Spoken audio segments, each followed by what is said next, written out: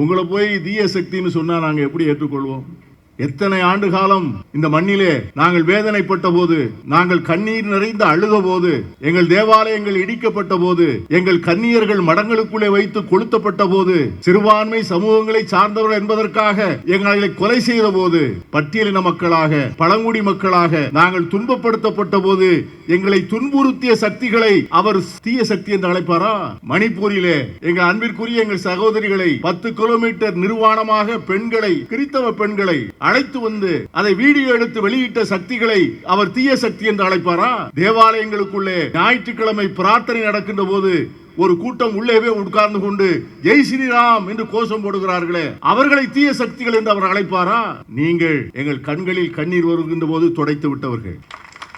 எங்கள் தலைவர் கலைஞர் அவர்கள் அவர் அடிக்கடி சொல்லுவார், சிறுபான்மைக்கு உதவுகிறேன், அவர்களை பற்றி அதிகம் கவலைப்படுகிறேன் என்று சொல்லுகிறார்கள் விவரமற்றவர்கள். ஒரு குடும்பத்திலே ஒரு குழந்தை, ஒரு உடல் ஊனமுற்ற குழந்தை, அவருடைய வார்த்தையிலே உடல் ஊனம் என்று சொல்லக்கூடாது, சொன்னால் அவர் கோபம் வரும், மாற்றுத்திறனாளி என்று சொல்ல வேண்டும். அதை கூட காயப்படுத்த விரும்ப மாட்டார். ஒரு குழந்தை இருந்தால் 5 குழந்தைகளிலே ஒரு குழந்தை ஊனமுற்று இருந்தால் அந்த குழந்தையைத்தான் அந்த தாய் தூக்கி வைத்துக் கொள்வாள். அதற்காக நல்ல உடல் நலத்தோடு திடகாத்திரமாக ஓட ஆட சக்தி உள்ள குழந்தைகள் அந்த குழந்தையை தாய் தூக்கி வைத்திருப்பதை பார்த்து பொறாமைப்பட்டால் அது ஒரு குடும்பமாகாது. நாங்கள் அரசியல் ரீதியாக மாற்றுத்திறனாளி. அருமைக்குரிய சிறுபான்மையினத்துறை அமைச்சருங்க இருக்கிறார். ஜனநாயகம் என்பது பெரும்பான்மை என்கிற அடிப்படையிலே நடக்கிறது. அந்த பெரும்பான்மை அடிப்படை நடக்கின்ற போது சிறுபான்மையாகிய எங்களுக்கு யார் பாதுகாப்பு?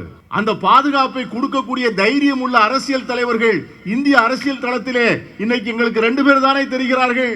வடக்கே எங்கள் தலைவர் ராகுல் காந்தி, தெற்கே எங்கள் இனிய முதலமைச்சர் எங்கள் தளபதி மு.க. ஸ்டாலின் அவர்கள்.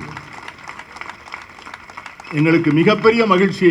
அதைவிட வேகமாக, அதைவிட உறுதியாக என்று நான் சொல்வதற்கு தயங்க மாட்டேன். என்ன நேர்ந்தாலும் நான் அதை பற்றி கவலைப்பட மாட்டேன் என்று அத்தனை வழக்குகளையும் சந்தித்து இந்த அவர்களுக்கு சிம்ம சொப்பனமாக இருக்கின்ற ஒரு துணை முதலமைச்சர் அடுத்த தலைமுறைக்கு கிடைத்திருக்கிறார் என்பதுதான் எங்களுக்கெல்லாம் நாங்களெல்லாம் எங்களுடைய பொது வாழ்க்கையினுடைய மாலை நேரத்தில் இருக்கிறோம். தலைவர் கலைஞரோடு முடிந்து விட்டதா என்று பயந்தோம், தளபதியோடு நின்று விடுமா என்று அச்சப்பட்டோம். இல்லை, இது இன்னும் தொடரும். இந்த மக்களுக்கு இன்னும் பாதுகாப்பு கிடைக்கும். ஆகவேதான் இந்த அருமையான விழாக்களிலே ஆட்சியில் இருக்கின்ற போது மட்டும் வந்தவர்கள் இல்லை, அதிகாரத்தில் இருக்கின்ற போது மட்டும் வந்தவர்கள் இல்லை. இன்னும் சொல்ல போனால் எப்பொழுதெல்லாம் அதிகாரத்தில் இல்லையோ அப்போதுதான் அவர்களை நமக்கு மிகவும் நெருக்கமாக வைத்துக் கொண்டார்கள். நேற்றைய முதலமைச்சர் நாம் கேட்ட அத்தனை கோரிக்கைகளையும் நேற்று மேடையிலே நிறைவேற்றி ஆணை போட்டார். கிறிஸ்தவ குடும்பங்களை சார்ந்த எங்கள் அன்பார்ந்த சகோதர சகோதரிகளை பார்த்து இந்த விழா காலத்தின் மகிழ்ச்சியை பகிர்ந்து கொள்வதற்காக இங்கே வருகை தந்திருக்கின்ற எங்கள் நெஞ்சம் நிறைந்த தலைவர், எங்களை எந்நாளும் மறக்காதவர், எங்களுக்காகவே நேசித்தவர், அந்த அற்புதமான தலைவர் கலைஞர் அவர்களுடைய பேரன், இன்று இந்தியா முழுவதும் போற்றுகின்ற அற்புதமான அரசை முன்மாதிரி அரசாக நடத்துகின்ற நம்முடைய திராவிட மாடல் அரசினுடைய முதலமைச்சர், நம்முடைய அன்பிற்கும் மரியாதைக்கும் உரிய தளபதி அவர்களுடைய அருமார்ந்த புதல்வர். இந்த சிறப்போடு நான் நின்றுவிட மாட்டேன். ஏறக்குறைய 55 ஆண்டுகளாக தமிழக அரசியலை உற்று பார்க்கின்ற, உடன் நடக்கின்ற, சில நேரங்களிலே பங்கேற்கின்ற வாய்ப்பினை பெற்றவன் என்கிற காரணத்தினால் ஒவ்வொரு ஆண்டும் கிறிஸ்துமஸ் விழாவிலே தலைவர் கலைஞரோடு, முதலமைச்சர் தளபதி அவர்களோடு, இன்றைய துணை முதலமைச்சரோடு தொடர்ந்து கலந்து கொள்கின்ற வாய்ப்பினை பெற்றிருக்கிறேன். என் அருமை நண்பர் சேகர் பாபு அவர்களுக்கு நான் வாழ்த்து சொல்லித்தான் ஆக வேண்டும். அவருடைய மாவட்டத்திலே ஒவ்வொரு நாளும் கிறிஸ்துமஸ் தான். எப்பொழுதெல்லாம் ஏழைகள் மகிழ்கிறார்களோ, எப்பொழுதெல்லாம் ஏழைகள் சிரிக்கின்றார்களோ, நெஞ்சம் நிறைய வாழ்த்துகிறார்களோ, அப்போதெல்லாம் கிறிஸ்துமஸ் நடப்பதைத்தான் நான் பார்க்கிறேன்.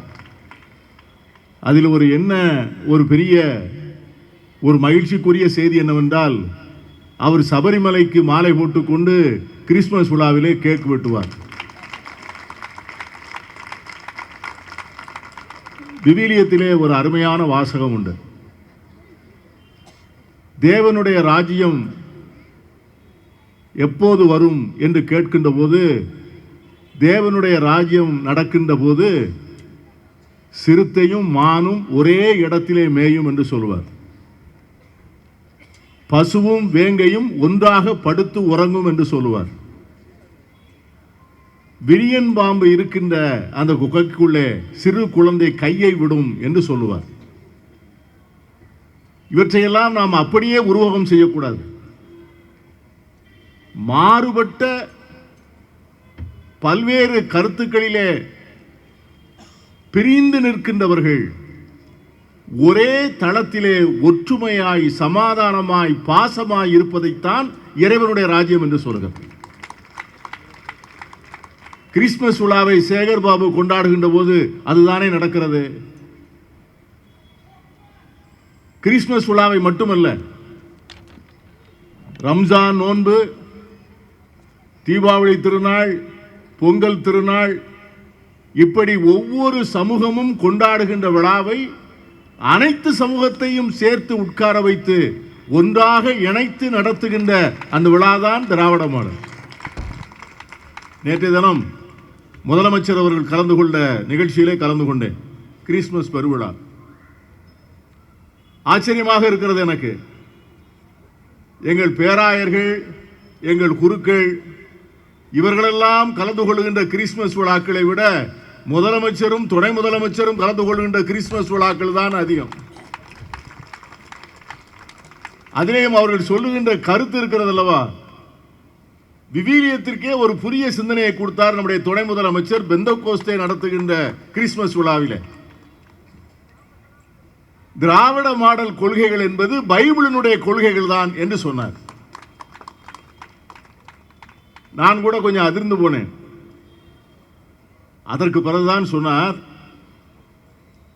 சமூக நீதியினுடைய விழுமியங்கள் விவிலியத்தில் இருந்து நிரம்பி வழிவதை போலத்தான் திராவிட கொள்கைகள் சமூக நீதியால் நிரம்பி வழிகின்றன. இயேசுநாதருடைய 12 சீடர்கள், இடஒதுக்கீடு என்பது அப்போதுதான் வந்தது. 100 விழுக்காடு இடஒதுக்கீட்டை கொடுத்தவர் இயேசுநாதர். அவருடைய சீடர்கள் 12 பேரும் பிற்படுத்தப்பட்டவர்கள், தலித்துகள், பழங்குடிகள். அவர்கள் பிரபுக்கள் குடும்பத்திலிருந்து தன்னுடைய சீடர்களை எடுக்கவில்லை. மிக அதிகமாக படித்த ஆசார குடும்பங்களிலிருந்து தன்னுடைய சீடர்களை அவர் எடுக்கவில்லை. எப்படி சமூக நீதி சொல்லுகிறதோ, அடித்தட்டு சமூகங்கள், பிற்படுத்தப்பட்ட சமூகங்கள், விளிம்பு நிலை சமூகங்கள், ஒதுக்கப்பட்டவர்கள், மறுக்கப்பட்டவர்கள், புறக்கணிக்கப்பட்டவர்கள், இந்த சமூகங்களை உள்வாங்கி அந்த மக்களுக்கு பார்வை கொடுப்பதுதான் விவிலியம் என்று சொன்னால் அதை செய்வதுதான் திராவிட மாடல் அரசு. அதான் நான் நேற்று சொன்னேன், உங்களை போய் தீய சக்தின்னு சொன்னா நாங்கள் எப்படி ஏற்றுக்கொள்வோம்? எத்தனை ஆண்டு காலம் இந்த மண்ணிலே நாங்கள் வேதனைப்பட்ட போது, நாங்கள் கண்ணீர் நிறைந்த அழுத போது, எங்கள் தேவாலயங்கள் இடிக்கப்பட்ட போது, எங்கள் கன்னியர்கள் மடங்களுக்குள்ளே வைத்து கொளுத்தப்பட்ட போது, சிறுபான்மை சமூகங்களை சார்ந்தவர்கள் என்பதற்காக எங்களை கொலை செய்த போது, பட்டியலின மக்களாக, பழங்குடி மக்களாக நாங்கள் துன்பப்படுத்தப்பட்ட போது, எங்களை துன்புறுத்திய சக்திகளை அவர் தீய சக்தி என்று அழைப்பாரா? மணிப்பூரிலே எங்கள் அன்பிற்குரிய எங்கள் சகோதரிகளை 10 கிலோமீட்டர் நிர்வாணமாக பெண்களை, கிறிஸ்தவ பெண்களை அழைத்து வந்து அதை வீடியோ எடுத்து வெளியிட்ட சக்திகளை அவர் தீய சக்தி என்று அழைப்பாரா? தேவாலயங்களுக்குள்ளே ஞாயிற்றுக்கிழமை பிரார்த்தனை நடக்கின்ற போது ஒரு கூட்டம் உள்ளேவே உட்கார்ந்து கொண்டு ஜெய் ஸ்ரீராம் என்று கோஷம் போடுகிறார்களே, அவர்களை தீய சக்திகள் என்று அவர் அழைப்பாரா? நீங்கள் எங்கள் கண்களில் கண்ணீர் வருகின்ற போது துடைத்து விட்டவர்கள். எங்கள் தலைவர் கலைஞர் அவர்கள், அவர் அடிக்கடி சொல்லுவார், அவரிடம் பேசுகின்ற மணிக்கணக்காக பேசிக் கொண்டிருப்போம். அவர் சொல்லுவார், சிறுபான்மைக்கு உதவுகிறேன் உதவுகிறேன், அவர்களை பற்றி அதிகம் கவலைப்படுகிறேன் என்று சொல்லுகிறார்கள் விவரமற்றவர்கள். ஒரு குடும்பத்திலே ஒரு குழந்தை, ஒரு உடல் ஊனமுற்ற குழந்தை, அவருடைய வார்த்தையிலே உடல் ஊனம் என்று சொல்லக்கூடாது, சொன்னால் அவர் கோபம் வரும், மாற்றுத்திறனாளி என்று சொல்ல வேண்டும். அதை கூட காயப்படுத்த விரும்ப மாட்டார். ஒரு குழந்தை இருந்தால் 5 குழந்தைகளிலே ஒரு குழந்தை ஊனமுற்று இருந்தால் அந்த குழந்தையைத்தான் அந்த தாய் தூக்கி வைத்துக் கொள்வாள். அதற்காக நல்ல உடல் நலத்தோடு திடகாத்திரமாக ஓட ஆட சக்தி உள்ள குழந்தைகள் அந்த குழந்தையை தாய் தூக்கி வைத்திருப்பதை பார்த்து பொறாமைப்பட்டால் அது ஒரு குடும்பமாகாது. நாங்கள் அரசியல் ரீதியாக மாற்றுத்திறனாளிகள். அருமைக்குரிய சிறுபான்மையினத்துறை அமைச்சருங்க இருக்கிறார். ஜனநாயகம் என்பது பெரும்பான்மை என்கிற அடிப்படையிலே நடக்கிறது. அந்த பெரும்பான்மை அடிப்படை நடக்கின்ற போது சிறுபான்மையாகிய எங்களுக்கு யார் பாதுகாப்பு? அந்த பாதுகாப்பை கொடுக்கக்கூடிய தைரியம் உள்ள அரசியல் தலைவர்கள் இந்திய அரசியல் தளத்திலே இன்னைக்கு எங்களுக்கு 2 பேர் தானே தெரிகிறார்கள். வடக்கே எங்கள் தலைவர் ராகுல் காந்தி, தெற்கே எங்கள் இனிய முதலமைச்சர் எங்கள் தளபதி மு.க. ஸ்டாலின் அவர்கள். எங்களுக்கு மிகப்பெரிய மகிழ்ச்சி. அதைவிட வேகமாக, அதைவிட உறுதியாக என்று நான் சொல்வதற்கு தயங்க மாட்டேன்.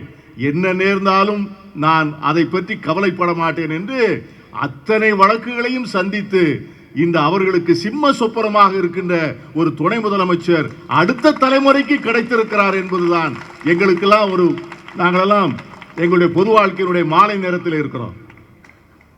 தலைவர் கலைஞரோடு முடிந்து விட்டதா என்று பயந்தோம். தளபதியோடு நின்று விடுமா என்று அச்சப்பட்டோம். இல்லை இல்லை, இது இன்னும் தொடரும். இந்த மக்களுக்கு இன்னும் பாதுகாப்பு கிடைக்கும். ஆகவேதான் இந்த அருமையான விழாக்களிலே ஆட்சியில் இருக்கின்ற போது மட்டும் வந்தவர்கள் இல்லை, அதிகாரத்தில் இருக்கின்ற போது மட்டும் வந்தவர்கள் இல்லை. இன்னும் சொல்ல போனால் எப்பொழுதெல்லாம் அதிகாரத்தில் இல்லையோ அப்போதுதான் அவர்களை நமக்கு மிகவும் நெருக்கமாக வைத்துக் கொண்டார்கள். நேற்றைய முதலமைச்சர் நாம் கேட்ட அத்தனை கோரிக்கைகளையும் நேற்று மேடையிலே நிறைவேற்றி ஆணை போட்டார். எந்த மாநில அரசும் செய்ய முடியாத உத்தரவுகளை எல்லாம் நம்முடைய கல்வி நிறுவனங்கள், நம்முடைய அனாதை இல்லங்கள், நம்முடைய மருத்துவமனைகள், இங்கே தொண்டு சேர்த்துக்கின்ற அருமைக்குரிய நம்முடைய அருட்சகோதரிகள், நம்முடைய தேவாலயங்களை புனரமைப்பதற்கான நிதி, பழங்கால தேவாலயங்களை கட்டியமைப்பதற்கான நிதி உதவி என்று சொல்லி முதலமைச்சர் அறிவித்த அறிவிப்புகளை எல்லாம் முடித்துவிட்டு அங்கே மேடையிலே அமர்ந்திருக்கின்ற நம்முடைய பேராயர்களை பார்த்து கேட்டார், போதுமா என்று கேட்டார். இப்படி கேட்கக்கூடிய முதலமைச்சர் எங்கே இருக்கிறார்? எங்களை பார்த்து, அவரை பார்த்து நீ தீய சக்தி என்று சொன்னால் நாங்கள் எப்படி அதை ஏற்றுக்கொள்ள முடியும்? அப்படி அதை ஏற்றுக்கொண்டால் நாங்கள் நன்றி உள்ளவர்களாக இருப்போமா? எங்கள் வேதம் எங்களை மன்னிக்குமா? நன்றி உள்ளவர்களாக இருங்கள், ரட்சிக்கப்படுவீர்கள் என்று தானே எங்கள் இறைவன் எங்களுக்கு சொல்லி இருக்கிறார். அந்த நன்றியோடு இருப்போம். ஆகவேதான் என் அருமை நண்பர்களே, இது ஏதோ ஒரு சடங்குக்காக நடத்தப்படுகின்ற ஒரு சாதாரண விழாவாக நான் பார்க்கவில்லை. ஒவ்வொரு நாளும் உயிரோடு நம்மோடு உறவாடுகின்ற நாம் அன்பை பெற்ற தலைவர்கள் வந்து நம்மோடு மகிழ்ச்சியை பங்கிட்டுக் கொள்கின்ற நல்ல விழா. நாம் வளமையிலே இருக்கின்ற போதும் அவர்கள் வந்தார்கள் இல்லை, நாம் ஏழ்மையிலே இருக்கின்ற போதும் இயலாமையிலே இருக்கின்ற போதும் வந்தவர்கள். ஆகவேதான் அந்த தலைவர்களை நாம் மறக்க மாட்டோம், நன்றியோடு நினைக்குவோம். நேற்று நம்முடைய பெரிய சுவிசேஷகர் மோகன் சி லாசரஸ் அவர்கள் நேற்று மேடையிலே வைத்துக்கொண்டு நம்முடைய முதலமைச்சருக்காக பிரார்த்தனை செய்தார். கிறிஸ்தவ பெருங்குடி மக்களே என்று எழுந்து நின்று பிரார்த்தனை செய்யுங்கள் என்று சொன்ன உடனே நான் மேடையிலே அமர்ந்திருந்தேன். 25,000 பேர் எழுந்து நின்று அவருக்காக வேண்டுதல் செய்தார். அந்த அற்புதமான வேண்டுதல் உங்களோடு இருக்கிறது. எங்கள் அருட்தந்தையர் இங்கே இருக்கிறார்கள், அருட்சகோதரிகள் இங்கே இருக்கிறார்கள், எல்லா திருச்சபையை சார்ந்த தலைவர்களும் இங்கே இருக்கிறார்கள். ஒரே சமூகமாக கிறிஸ்தவ சமூகம் அணிவகுத்து நிற்கிறது. நிச்சயமாக வரக்கூடிய நாட்களிலே பாசிச விலங்கொடிப்போம், சமூக நீதியினுடைய கொடியை ஏற்றுவோம். நிச்சயமாக மீண்டும் நம்முடைய நல்லாட்சி மலரும் என்று சொல்லி கிறிஸ்துமஸ் பெருவிழா வாழ்த்துக்களை சொல்லி விடைபெறுகிறேன். நன்றி, வணக்கம்.